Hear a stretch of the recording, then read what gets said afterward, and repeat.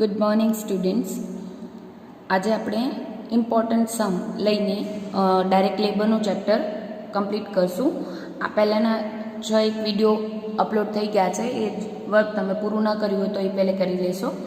અને આજે જે કરાવું છું એ એક્ઝામની દ્રષ્ટિએ થોડું ઇમ્પોર્ટન્ટ છે, એટલે ખાસ ધ્યાન આપશો. લઉં છું sum number 8A. From the payroll of Desai Limited, following data of workers for January 2011 is available. On the basis of data, prepare a statement showing total wages for the month and the labor cost per day of 8 hours.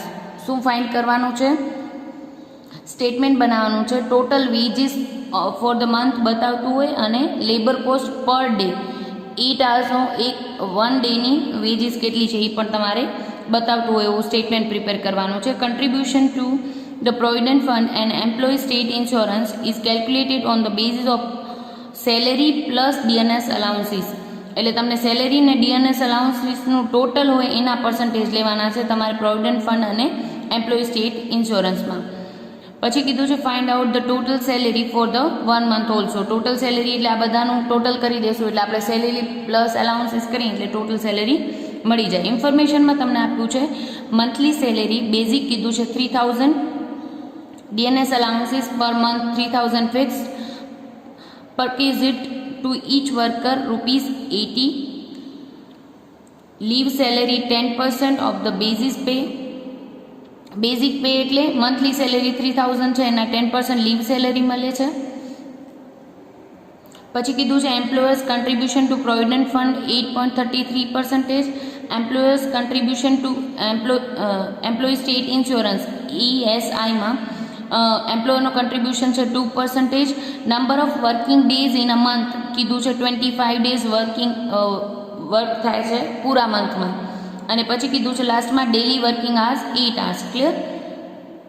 હવે આપણે શું બનાવવાનું છે? Main વસ્તુ એ છે આપણે બનાવવાનું છે સ્ટેટમેન્ટ મંથલી સેલેરી બતાવતું હોય, મંથલી વેજીસ બતાવતું હોય એ અને પર ડે પણ બતાવતું હોય એ. તો મેં અહીંયા સ્ટેટમેન્ટ બનાવી દીધું છે. સ્ટેટમેન્ટ આપણે બનાવશું statement showing total veggies veg cost. Clear?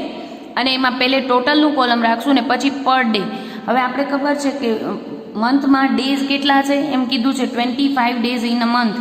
તો ટોટલ ડિવાઇડેડ બાય 25 કરશું એટલે તમને મળી જશે પર ડે કેટલા. ક્લિયર? એટલે પહેલે આપણે ટોટલની કોલમ બનાવી લઈએ અને પછી ડિવાઇડેડ બાય 25 કરતા આવશું, કારણ કે એક મંથમાં 25 days વર્ક થયું છે એટલે ડિવાઇડેડ બાય 25 કરશું એટલે બાકીની પર ડે સેલેરી કેટલી એ મળી જશે. લઈ લઈએ એક પછી એક વિગત. મંથલી સેલેરી કીધી છે 3000. પહેલાં આ કોલમમાં લખીએ છીએ પછી ડિવાઇડેડ બાય 25 કરીને પર ડેની કોલમ બનાવી લઈશું. DNS અલાઉન્સ તમને કીધું છે 3000 ફિક્સ. પછી પરક્વિઝિટમાં કીધું છે ઈચ વર્કરને 80 rupees only, each worker 80 rupees. પછી લીવ સેલેરી કીધી છે 10% ઓફ બેઝિક પે. તો બેઝિક પે કેટલું છે 3000, એના 10% લઈએ એટલે આપણે લીવ સેલેરી મળશે કેટલી 300 રૂપીઝ. ક્લિયર? એના પછીની ઇન્ફોર્મેશન છે તમને employers contribution two PF.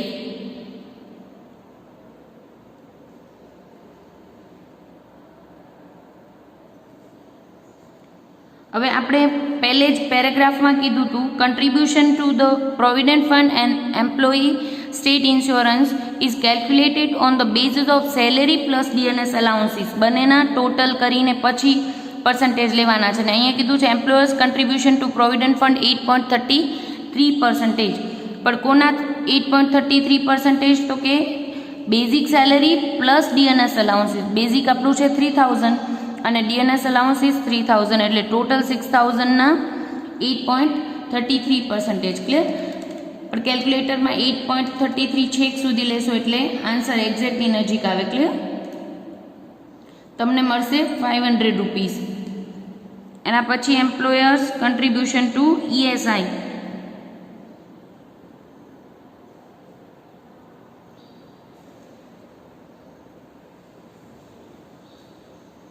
Employee state ઇન્સ્યોરન્સમાં સેમ એમાં પણ બેઝિક પ્લસ ડીએનએસ અલાઉન્સીસ એટલે ટોટલ 6000ના પર્સન્ટેજ કીધા છે 2%. ESIમાં કન્ટ્રીબ્યુશન છે એમ્પ્લોયરનું 2% એટલે 6000ના 2% 120. અને લાસ્ટમાં ઇન્ફોર્મેશન તમને આપી છે number of working days in a month 25 અને daily working hours 8 hours. Clear? બીજી કોઈ ઇન્ફોર્મેશન નથી. કરી નાખીએ ટોટલ એટલે તમને મળશે 6000 પ્લસ 380 પ્લસ 620 એટલે તમને મળશે 7000. દરેકના ડિવાઇડેડ બાય 25 કરીએ એટલે ટોટલ પર ડે તમને મળી જશે 280. પણ આપણે પર ડે આમ કીધું ન હોત statement showing total and per day veggies તો તમે આ કોલમ ન બનાવ્યો તો ડાયરેક્ટ અહીંયા પણ લખી શકો કે 7000 total wages divided by working days in a month 25 એટલે 280 અહીંયા બતાવી શકો. પણ આપણે સ્ટેટમેન્ટમાં જ બતાવવાનું હતું એટલે આપણે કરી નાખીએ છીએ 3000 ડિવાઇડેડ બાય 25 એટલે તમને મળશે 120. અહીંયા 120 80 ડિવાઇડેડ બાય 25 એટલે તમને મળશે 3.2. અહીંયા મળશે તમને 12 રૂપીસ. 500 ડિવાઇડેડ બાય 25 એટલે તમને મળશે 20 અને 120 ડિવાઇડેડ બાય 25 એટલે મળશે 4.8. એકવાર ક્રોસ ચેક કરી લેવાનું. આપણે આના ડિવાઇડેડ બાય 25 કર્યા છે એટલે મળી જ જશે. પણ અહીંયા પણ ટોટલ 280 થાય છે કે નહીં જોઈ લેવું.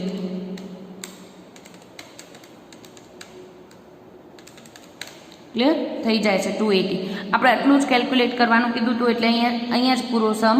પણ ઘણીવાર એમ કીધું પર આર કેટલી વેજીસ પે થાય છે એ પણ કેલ્ક્યુલેટ કરો. તો તમે શું કરો, વર્કિંગ આર્સ જેટલા છે એ ડિવાઈડ કરી નાખો એટલે 280 પર ડેની સેલેરી, એમાં 1 ડેમાં કેટલા વર્કિંગ આર્સ છે 8 hours વર્ક થાય છે એટલે ડિવાઇડેડ બાય 8 કરો તો તમને પર આર કેટલું પેમેન્ટ કરો છો એ પણ મળી જાય. ક્લિયર? એટલે પૂછ્યું શું છે એના ઉપર ફોકસ કરવાનું. હવે લઈએ છીએ સમ નંબર 9 અને ઇમ્પોર્ટન્ટ સમ કે જે એક્ઝામમાં એ પણ વધુ પૂછાતો હોય છે. Sum number 9. From the following information of factory, find out the amount of net wages payable in case and also find out the cost of wages for March 2011. બે સ્ટેટમેન્ટ બનાવવાના છે. Find out the amount of net veggies payable in case એટલે કે એમ્પ્લોયીને આપણે કેટલા કેસમાં payment કરીએ છીએ એ, અને સેકન્ડ સ્ટેટમેન્ટ તમને બનાવવાનું છે and also find out the cost of veggies for the March 2011 એટલે એમ્પ્લોયરને આ એક એમ્પ્લોય રાખવાની કેટલી વેજ કોસ્ટ આવે છે એ પણ કેલ્ક્યુલેટ કરવાની છે. આ બે વસ્તુ ઉપર ફોકસ કરશું. ક્લિયર? એક તો વેજીસ પેએબલ ઇન કેસ કેટલી અને find out cost of wages. ઇન્ફોર્મેશનમાં તમને આપ્યું છે salary per month 60,000, DNS allowances 125% of salary, total amount deposited to PF 12,000. અહીંયા લાસ્ટ સમમાં આપણે એમ્પ્લોયરનું કોન્ટ્રીબ્યુશન પીએફમાં કેટલું એ આપ્યું તો અહીંયા કીધું છે total amount of deposited to પીએફમાં કેટલું ટોટલ અમાઉન્ટ ગયું છે તો 12,000.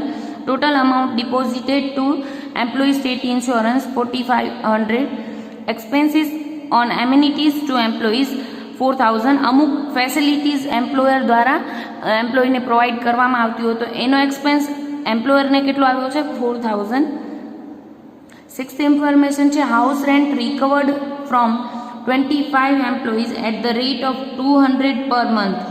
આપણે એમ્પ્લોયીને રહેવા માટે આપ્યા છે ક્વાર્ટર્સ, પણ હાઉસ રેન્ટ એના જે સેલેરી પે કરી એમાંથી રિકવર કરી લીધું છે 25 એમ્પ્લોય પાસેથી પર મંથ 200 રૂપીસ. ક્લિયર?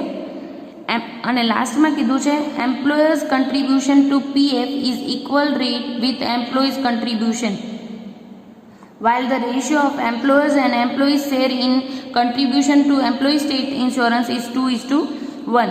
આ મેઇન ઇન્ફોર્મેશન. આમ તો તમને ટેક્સેશનમાં આ વસ્તુ આવશે જ, પણ ઘણા બધાને ક્લિયર ન હોય તો પહેલે આપણે બેઝિક લઈ લઈએ કે સપોઝ કે પીએફ અને એમ્પ્લોયી સ્ટેટ ઇન્સ્યોરન્સમાં બંને એમ્પ્લોયર અને એમ્પ્લોયનું કન્ટ્રીબ્યુશન હોય. હવે અહીંયા સપોઝ કે એમ કીધું છે કે પીએફમાં કન્ટ્રીબ્યુશન કેવું છે એમ્પ્લોયરનું અને એમ્પ્લોયનું સેમ છે એટલે 1:1 પ્રપોર્શનમાં બંને આપે છે.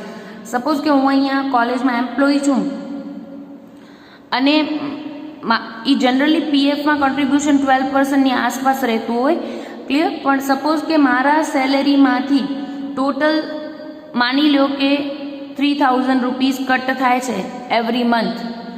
સપોઝ મારા સેલેરીમાંથી જો કટ થાય છે કેટલા 3000, તો એટલોનો એટલો કોન્ટ્રીબ્યુશન એક પીએફ અકાઉન્ટ ખોલવામાં આવે, જે એમ્પ્લોયીના સેલેરીમાંથી કટ થાય એ પણ ત્યાં પીએફ અકાઉન્ટમાં ક્રેડિટ કરવામાં આવે ને સેમ વે એટલું ને એટલું પ્રપોર્શનમાં, એટલે કે 3000 રૂપીસ એમ્પ્લોયર ક્યાં નાખશે? પીએફ અકાઉન્ટમાં, એમ્પ્લોયીના પીએફ અકાઉન્ટમાં એ નાખશે. ક્લિયર. એટલે 3000 મારો શેર છે, સેમ વે એમ્પ્લોયરનો પણ કેટલો શેર? 3000. એમ ટોટલ એવરી મંથ મારા પીએફ અકાઉન્ટમાં કેટલા જમા થાય? 6000. ક્લિયર.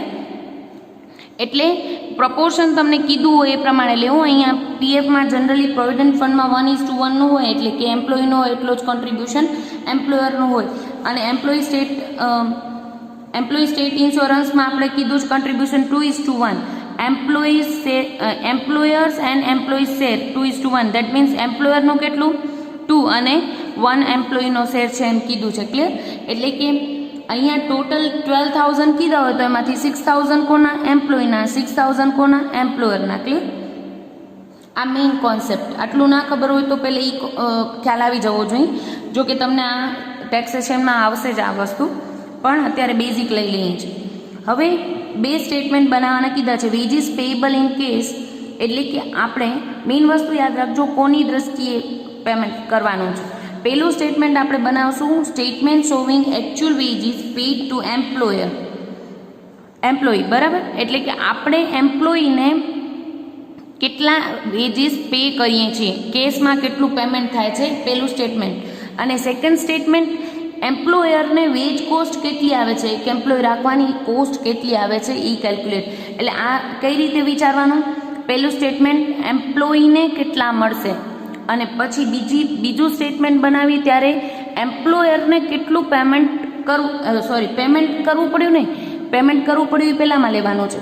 કેટલી કોસ્ટ આવી એક વ્યક્તિને રાખવાની, કારણ કે ઘણી બધી ફેસિલિટીઝ એમ્પ્લોયર પ્રોવાઈડ કરતા હોય. સપોઝ કે અમુક જગ્યાએ તમે જોબ કરતા હો તો મોબાઈલ બિલ, પેટ્રોલ બિલ, પછી અમુક એમ્યુનિટીઝ પ્રોવાઈડ કરવામાં આવતી હોય એમ્પ્લોયર દ્વારા, તો એની કોસ્ટ લેવામાં નથી આવતી, પણ એમ્પ્લોયીને એમ જ ફ્રીમાં આવી ફેસિલિટીઝ પ્રોવાઈડ થાય છે. તો એમ્પ્લોયરને એટલી કોસ્ટ તો આવે જ છે, પણ એટલી વળતર કાંઈ આવતું નથી. એટલે પહેલું સ્ટેટમેન્ટ યાદ રાખીએ. ફરીથી રિપીટ એટલે કરું છું કારણ કે આ પૂછાતું હોય છે. પહેલો સ્ટેટમેન્ટમાં એમ્પ્લોયીને પહેલે તો એને કેટલા વેજીસને ટોટલ જે આપવાનું થાય છે એમાંથી એનામાં સેલેરીમાંથી કેટલા કટ કરી લીધા એ માઇનસ કરી નાખશું. બીજું સ્ટેટમેન્ટ બનાવશું, એમાં એમ્પ્લોયરને કેટલી કોસ્ટ આવી એ વિચારશું. ક્લિયર. પહેલું બનાવી છે statement showing actual wages paid to employee. Clear. એમ્પ્લોયીને કેટલી પે કરીએ છીએ. ક્લિયર. લઈએ છીએ એક પછી એક ઇન્ફોર્મેશન. પહેલે કોન્સેપ્ટ સમજાઈ ગયો તો સમજાઈ જશે. સેલેરી પર મંથ કીધું છે 60000. ડીએનએસ અલાઉન્સ કીધું છે સેલેરીના 125%, એટલે 60000ના 125% એટલે થશે 75000. ક્લિયર. પછી કીધું છે ડીએનએસ અલાઉન્સીસ પણ મળશે. Total amount deposit to PF employee state insurance, એટલે આ તો એની સેલેરીમાંથી કટ થાય, એટલે આપણે અહીંયા ટોટલ કરી નાખીએ. આટલું એને બે જ વસ્તુ મળશે, બાકી એની સેલેરીમાંથી કટ થાય છે, એટલે ટોટલ કરીએ તો 1,35,000 minus employees contribution to PF. Main વસ્તુ યાદ રાખજો, એમ્પ્લોયીના સેલેરીમાંથી કેટલું કટ થયું. ક્લિયર. તો આપણે એમ કીધું છે total amount deposited to PF 12000. પીએફનું અકાઉન્ટ છે એમાં ટોટલ 12000 જમા થયા છે. એમાં એમ્પ્લોયીનું કોન્ટ્રીબ્યુશન કેટલું, તો આપણે લાસ્ટ પેરામાં કીધું હતું કે 1:1 પ્રપોર્શનમાં છે, તો આપણે લઈ લઈએ 12000 માંથી 1:1 પ્રપોર્શનમાં, દેટ મીન્સ 6000 બંનેનું પ્રપોર્શન. એટલે એમ્પ્લોયીના પણ સેલેરીમાંથી કેટલા કટ થશે 6000, અને એમ્પ્લોયર કેટલા આપશે. મેઇન વસ્તુ યાદ રાખજો, એમ્પ્લોયીની સેલેરીમાંથી 6000 કટ થશે, જ્યારે એમ્પ્લોયરે એટલા એક્સ્ટ્રા આપવા પડશે, સેલેરીના ઉપરાંત એને 6000 આપવા પડશે. ક્લિયર? એટલે આની કોસ્ટ છે વધારાની ને આની સેલેરીમાંથી એ ડિડક્શનમાં થાય છે. ક્લિયર? તો આપણે એમ્પ્લોયનું કન્ટ્રીબ્યુશન પીએફમાં કેટલું છે મળી ગયું, કેટલું 6000. આપણે ઇનર કોલમમાં લખી દઈએ 6000. ક્લિયર? સેકન્ડ છે total amount deposited to employee state insurance, ESIમાં ટોટલ અમાઉન્ટ 4500 છે. અને લાસ્ટ પેરામાં આપણે કીધું હતું એમાં એમ્પ્લોયી ને એમ્પ્લોયરનો કન્ટ્રીબ્યુશન કેટલું, યાદ રાખજો બંનેમાંથી કયું કોનું છે. એમ્પ્લોયરનું 2:1 કીધું છે, એમ્પ્લોયર અને એમ્પ્લોયીનું. ક્લિયર? એટલે એમ્પ્લોયરનું 2 પોર્શન છે એ યાદ રાખજો, બંનેમાં મિસ્ટેક ના થાય. 2/3 અને 1/3 કોનું છે, એમ્પ્લોયીનું. તો કરી નાખીએ, આના મળશે 3000 અને એમ્પ્લોયીના કેટલા 1500. ક્લિયર? એટલે એમ્પ્લોયીના કોન્ટ્રીબ્યુશન 1500 એની સેલેરીમાંથી કટ થઈ જશે. Employees contribution to ESI employee state ઇન્સ્યોરન્સમાં કેટલું 1500. યાદ રાખીએ 2:1માં એમ્પ્લોયરનું 2 પોર્શન છે અને 1 એમ્પ્લોયીનું, એટલે એમ્પ્લોયીની સેલેરીમાંથી 1500 કટ થશે અને એમ્પ્લોયર કેટલા આપશે એક્સ્ટ્રા 3000 આપશે. ક્લિયર? એની કોસ્ટ બનશે, જ્યારે આની સેલેરીમાંથી એટલું ડિડક્શન થશે. એના પછીની ઇન્ફોર્મેશન છે expenses on amenities to employees. હવે કોઈ બી ફેસિલિટી પ્રોવાઈડ કરી છે એમ્પ્લોયરે, એનો એક્સપેન્સ થયો છે એને 4000, પણ એને એક્સપેન્સ એમ્પ્લોયરને આટલો એક્સપેન્સ થયો છે, એને કોઈ પણ જાતની ડિડક્શન એની સેલેરીમાંથી કરી નથી, એટલે પહેલાં સ્ટેટમેન્ટમાં આ 4000 નહીં આવે. ક્લિયર? એ ક્યાં આવશે, સેકન્ડ સ્ટેટમેન્ટમાં એમ્પ્લોયરને કેટલી કોસ્ટ આવી એમાં એને લેશું. લાસ્ટ કીધું છે house rent recovered from 25 employees at the rate of 200 per month. House rent આપણે લઈ લઈએ છીએ, એમ્પ્લોયીના સેલેરીમાંથી કટ કરે છે એટલે લઈ લેશું. 25 એમ્પ્લોયીના દરેકના 200 પર મંથ આપણે કટ કરીએ છીએ. ક્લિયર? તો કરી લઈએ 25 × 200 એટલે ટોટલ 5000 સેલેરીમાંથી કટ કરી લીધા છે. 5000 + 1500 + 6000 એટલે 12500. આપણે એને બે રીતે પેમેન્ટ કર્યું, એક તો સેલેરી આપી એમ્પ્લોયીને અને પછી ડિયરનસ અલાઉન્સીસ પે કર્યું. ટોટલ 1,35,000 પે કરવાના થતા હતા, એમાંથી અમુક ડિડક્શન લઈ લીધી, એના સેલેરીમાંથી કટ કરી લીધા. કયા તો એનો પીએફમાં જેટલું કોન્ટ્રીબ્યુશન એમ્પ્લોયીનું છે એ, એમ્પ્લોયી સ્ટેટ ઇન્સ્યોરન્સમાં જેટલું એનું કોન્ટ્રીબ્યુશન છે એ 1500, અને એને રહેવા માટે જે ક્વાર્ટર્સ કે એની ફેસિલિટી આપી હતી એમાંથી હાઉસ રેન્ટ લીધું છે, અલાઉન્સ નથી, sorry my mistake, house rent લીધું છે તો એ પણ એના સેલેરીમાંથી કટ કર્યા હશે. તો એને ટોટલ 12,500 એના સેલેરીમાંથી કટ થયા, એટલે એને કેશમાં કેટલું પેમેન્ટ કરીએ 1,22,500 એને કેશમાં સેલેરી પે થશે. ક્લિયર? ને આપણે કીધું હતું actual wages pay to employee કેટલી ફાઇન્ડ આઉટ કરો. ક્લિયર? મેઇન પહેલું સ્ટેટમેન્ટ. સેકન્ડ સ્ટેટમેન્ટ આપણે બનાવવાનું કીધું છે statement showing total wage cost. એમ્પ્લોયરની રીતે વિચારવાનું. હવે કોની રીતે? એમ્પ્લોયર કેટલી, એક એમ્પ્લોય રાખવા માટે એને કેટલી કોસ્ટ આવશે. ક્લિયર? ઇન્ફોર્મેશન તો એ જ છે, એક તો સેલેરી એને પે કરવી પડશે 60,000, પછી ડીએનએસ અલાઉન્સીસ પણ શું કીધું હતું સેમ વે, એને વસ્તુ સેલેરીના 125% એટલે 60,000ના 125% એટલે તમારા થાય 75,000. પછી કીધું છે total amount deposited to PF. હવે અહીંયા વસ્તુ શું હતી, પીએફ એમ્પ્લોયીના સેલેરીમાંથી આપણે કટ કરતા હતા એટલે માઇનસ કર્યું હતું. અહીંયા તો એમ્પ્લોયરને તો એક્સ્ટ્રા પે કરવા પડશે. મેં તમને અહીંયા જ ક્લિયર કરાવ્યું કે એમ્પ્લોયીના સેલેરીમાંથી કટ થાય અને એટલા ને એટલા એમ્પ્લોયર પોતાનું કોન્ટ્રીબ્યુશન આપે એટલે એને તો એક્સ્ટ્રા એક્સપેન્સ થાય છે, એટલે એને વેજ કોસ્ટ વધશે, એટલે આપણે એનામાં માઇનસ નહીં કરીએ. ક્લિયર? અહીંયા લઉં છું employers contribution. Clear? To provident fund કેટલું હતું એમ્પ્લોયરનું કોન્ટ્રીબ્યુશન આપણે અહીંયા કેલ્ક્યુલેટ કર્યું હતું. ટોટલ પીએફ અકાઉન્ટમાં 12,000 જમા થયા છે, એમાંથી 1:1ના પ્રોપોર્શનમાં, દેટ મીન્સ એમ્પ્લોયરનું કોન્ટ્રીબ્યુશન 6,000. સેકન્ડ કીધું છે એમ્પ્લોયર્સ કન્ટ્રીબ્યુશન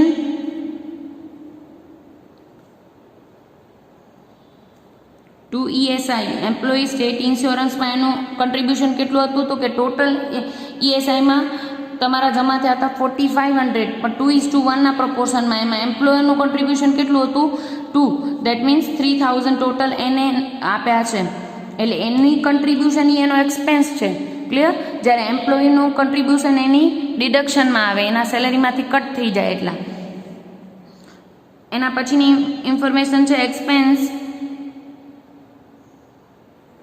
ઓન એમેનિટીઝ, કેટલી છે 4000. આ એક્સ્ટ્રા ફેસિલિટી જે આપી છે એમ્પ્લોયીને એનો એક્સપેન્સ થયો છે, તો એ તો એમ્પ્લોયરની દ્રષ્ટિએ તો એ વેજ કોસ્ટમાં આવે, એટલે એનામાં આવશે. આ ઇન્ફોર્મેશન એમ્પ્લોયીને જે વેજીસ પે થાય છે ટોટલ એમાંથી કટ થતું નથી. આપણે ફેસિલિટી પ્રોવાઈડ કરી છે પણ સામે કંઈ એના પાસેથી લીધા નથી એમ્પ્લોયી પાસેથી, એટલે એના સ્ટેટમેન્ટમાં એ એટલા માટે ના આવે. જ્યારે આમાં તો એને એક્સપેન્સ કર્યો છે એટલે એનો વધી ગઈ કોસ્ટ, એટલે અહીંયા લેશું.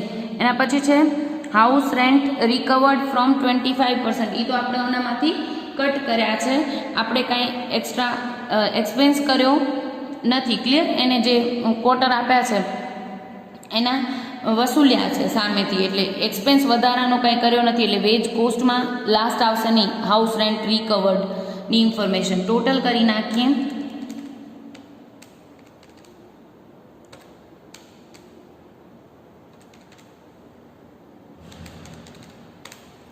$1,48,000 વેજ કોસ્ટ, આ એમ્પ્લોયરની કોસ્ટ આવી. ક્લિયર? 1,48,000. ક્લિયર છે? એટલું મેઇન આટલું યાદ રાખજો. બે સ્ટેટમેન્ટ બનાવવાના. પહેલું છે એમ્પ્લોયીની દ્રષ્ટિ વિચારવાનું કે એમ્પ્લોયીને કેટલું મળશે, એમાંથી કેટલી ડિડક્શન થઈ જશે. સેકન્ડ સ્ટેટમેન્ટ છે કોસ્ટ ઓફ વેજીસ, એમ્પ્લોયરને કેટલી કોસ્ટ આવી એક વર્કર રાખવાની. ક્લિયર? ને આજે તમને આવો જ સમ 13B છે, સેમ આવો જ છે, એમાં એક જ સ્ટેટમેન્ટ આઈ થિંક બનાવવાનું છે, એ તમને આજે હોમવર્કમાં મળશે. અને ઇલેસ્ટ્રેશન 15 જે આના જેવો જ છે, જેમાં બે સ્ટેટમેન્ટ બનાવવાના છે, એ તમને હોમવર્કમાં આપીશ. કંઈ પણ ડાઉટ હોય તો પૂછી લઈશું. અને મેઇન વસ્તુ કે બે વસ્તુ ક્લિયર કરવાની છે કોની દ્રષ્ટિએ, એટલે કયો એક્સપેન્સ. દાખલા તરીકે એમ્યુનિટીઝ તમે પ્રોવાઈડ કરો છો પણ એમાં કાંઈ કટ નથી કરતા, તો એ એમ્પ્લોયરનો એક્સપેન્સ છે, પણ એમ્પ્લોયીને જે વેજીસ પે થાય છે એના સ્ટેટમેન્ટમાં એની કોઈ એન્ટ્રી આવશે નહીં. બીજી વસ્તુ ઇલેસ્ટ્રેશન 15 હું તમને હોમવર્કમાં આપું છું, એમાં તમને બે સ્ટેટમેન્ટ બનાવવાના છે. અને પછી કીધું છે if 70 workers are working during a month, if the working hours during the month is 200, determine the wage cost per hour. આ વસ્તુ સમજાવી દઉં જેથી તમે પછી કોઈ ડાઉટનો પ્રશ્ન ન રહે.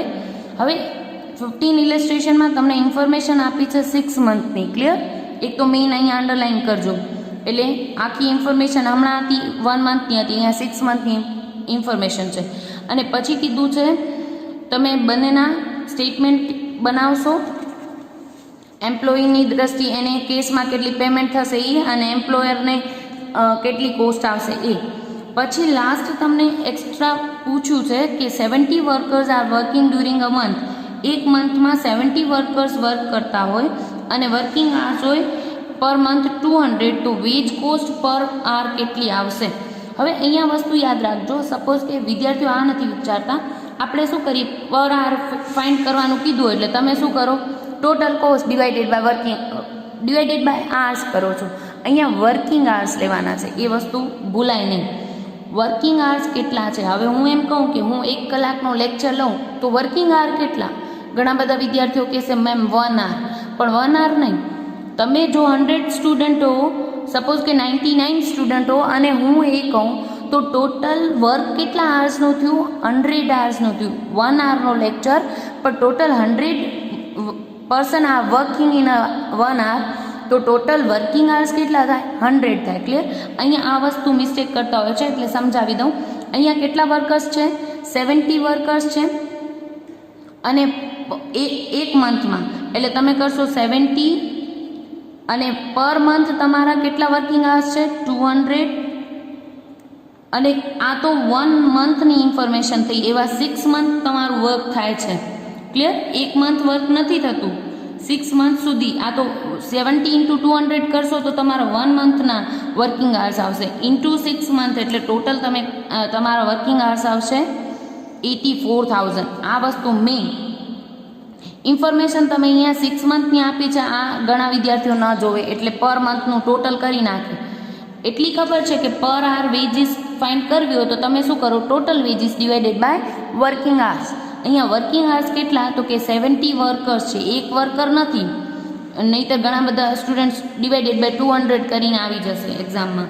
અહીંયા શું કરવાનું છે, 1 વર્કર 1 મંથમાં 200 આવર્સ વર્ક કરે છે, પણ એવા વર્કર કેટલા છે 70, અને કેટલા મંથ વર્ક થાય છે 6 month. That means total working hours કેટલા આવે 84,000. પછી તમારે પર આર ફાઇન્ડ કરવી હોય તો સહેલું છે, શું છે, total wage cost divided by working hours 84,000. That means per hour તમારી વેજીસ આવશે 1 રૂપીસ. ક્લિયર?